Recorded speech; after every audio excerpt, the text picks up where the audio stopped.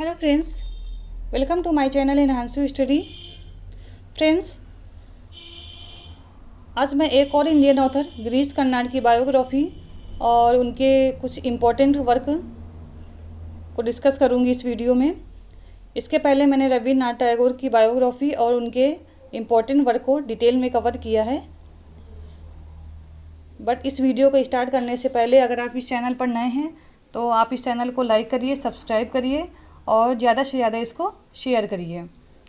तो आइए स्टार्ट करते हैं गिरीश कर्नाड की बायोग्राफी। सबसे पहला पॉइंट है, Girish Karnad was born in Matheran, Bombay in present day Maharashtra in 1938।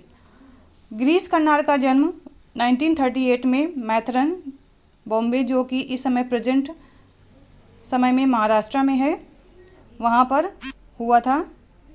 Full name Girish Raghunath Karnad, an Indian actor, film director, writer and playwright. इनका जो पूरा नाम है रघुनाथ कर्नाड, ये एक Indian actor, film director, writer as well as playwright. He earn his bachelor of arts degree in mathematics and statics from Karnataka art college Dhanbad. इन्होंने अपनी जो बैचलर डिग्री है मैथमेटिक्स में और स्टैटिक्स में की है और कर्नाटक आर्ट कॉलेज धनबाद का ये बहुत ही प्रसिद्ध कॉलेज है, वहाँ से इन्होंने डिग्री को अर्न किया है।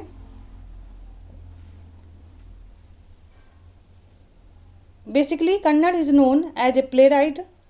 His play written in Kannada language and have been translated into English and some other Indian languages. Basically ये प्ले राइट के रूप में जाने जाते हैं और इनके जो मोस्टली वर्क हैं वो कन्नड़ लैंग्वेज में ही लिखे गए हैं। बाद में उसको इंग्लिश में ट्रांसलेट किया गया है और कुछ अदर इंडियन लैंग्वेज में भी इसको ट्रांसलेट किया गया है। When Kannada started writing plays, Kannada literature were highly influenced by Renaissance in Western literature. जब इन्होंने कन्नड़ लैंग्वेज में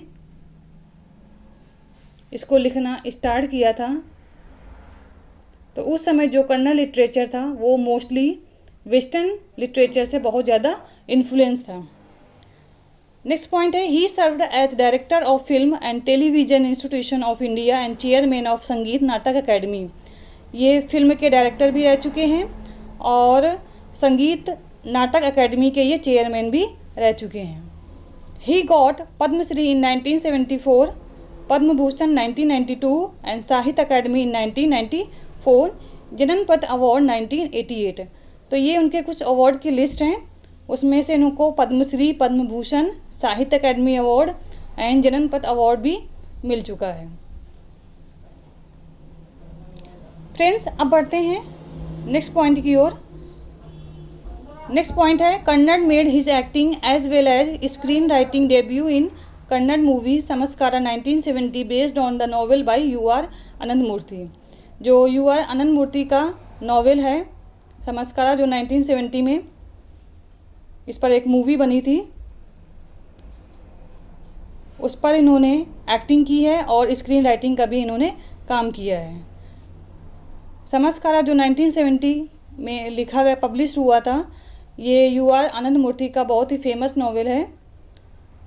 नेक्स्ट पॉइंट है, in television he played the role of Swami's father in TV series Malgudi days based on R K. Narayan books. R K. Narayan का work है मालगुडी,